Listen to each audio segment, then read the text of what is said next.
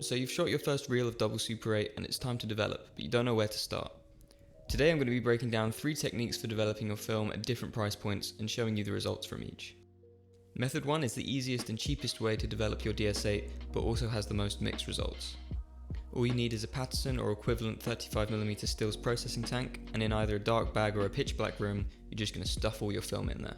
Now, as you'd expect, this will create incredibly rough results. Because there's no spiral spacing out the film, you will end up with uneven development, including some parts of the image that might end up just not coming out at all due to them not being in contact with your chemistry. You can mitigate some of this by having a bigger tank, but I only really recommend using this method if you already have a 35mm tank lying around. The results are so shoddy that buying a Patterson or equivalent tank solely for developing double Super 8 just isn't worth the money. If you have any footage on your reel that you simply just can't face losing in the developing process, then you're going to want to look at method 2.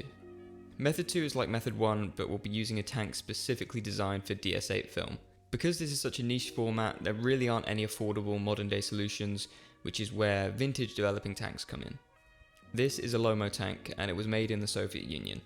It can hold one full 25 meter long roll of DS8, and it will evenly space out all of your film so that when you develop it, every frame is evenly in contact with chemistry.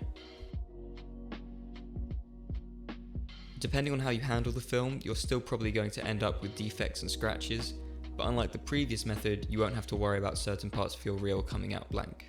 These tanks can be a somewhat expensive investment for what they are, but once you have one, you shouldn't ever need to buy another one, and it's a much better experience than trying to use a 35mm stills tank as we did earlier.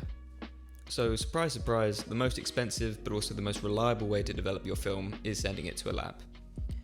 Film labs will have specialist equipment for developing and also scanning your film, so there's really no way to achieve similar results at home without a huge personal financial investment. Color negative film stocks can be especially difficult to develop at home, given you need some sort of temperature control system and a way to remove the remjet layer from your film.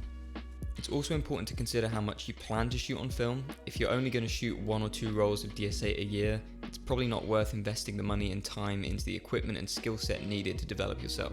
That said, if you're someone who wants to be shooting film every month, it may be worth looking into some of the DIY methods previously mentioned. So there you have it, 3 ways of developing your DS8 film at home.